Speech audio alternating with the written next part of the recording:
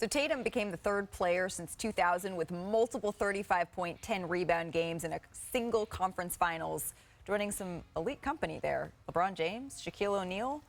Not bad. You said that was, Perk, the best game that we have seen from Jayson Tatum in these playoffs. He knows that the questions are going to come. He knows that throughout this run, unless they make it all the way to the championship, unless they win it all, those questions are still going to be there.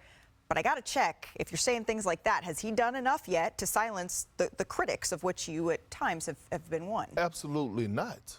You silence the critics by hanging up banner number 18. The job is not done. Right now, was that his best game of this postseason?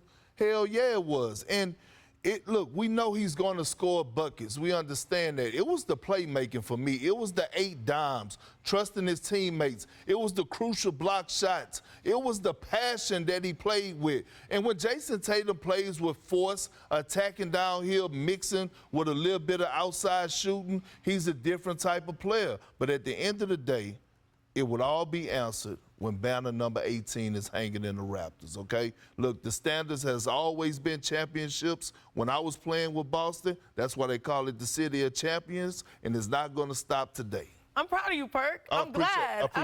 We've come a long way. I know you've held them to a standard, and sometimes I feel like it's reverse psychology because anyone you call out ends up playing better. But, man, it's hard. It ain't nothing but tough love. Okay, that's what we're calling it. It was tough love. We're calling your takes tough love. It's all right. Love. It is tough love. Yeah. I agree that the critics won't be silenced until they win a championship. But what I was watching for, because, you know, people were panicking a lot. And I was critical of the Celtics earlier in the series and even earlier in the playoffs. But then when I started to really watch, I was like, okay, don't panic. Don't panic. That's the song, Don't Panic.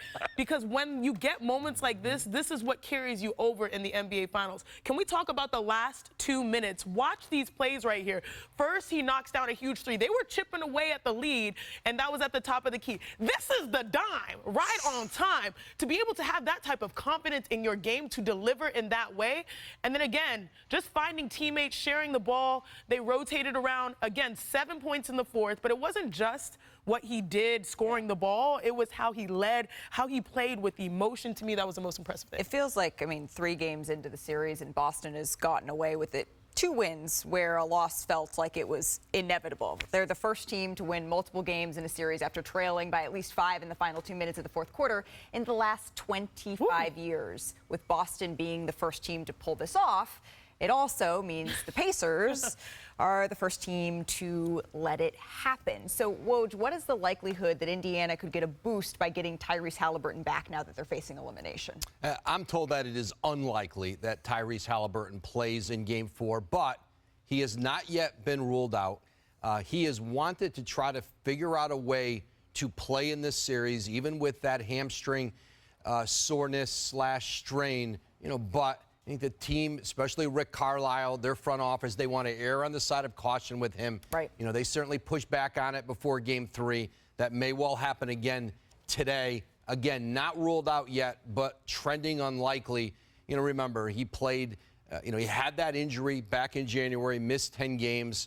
And I think especially down 3-0, you're trying to measure the risk of putting him out there and risking certainly a more serious injury. They have shown fight, certainly, without him. It's just closing those final minutes of the game. But, Perk, you know this. Oftentimes, I've heard players say the hardest game to win is the one where the other team is desperate and facing elimination. So, Game 4? Not when you this emotionally drained. Okay, well, Game 4 of the Eastern Conference Finals is tonight. Yeah, real talk. The Celtics, are you going to pull the brooms out, Perk? Yeah. All right, they're looking to complete the sweep of the Pacers. That's at 8 Eastern on ESPN. Our countdown crew tips it off at 7 o'clock.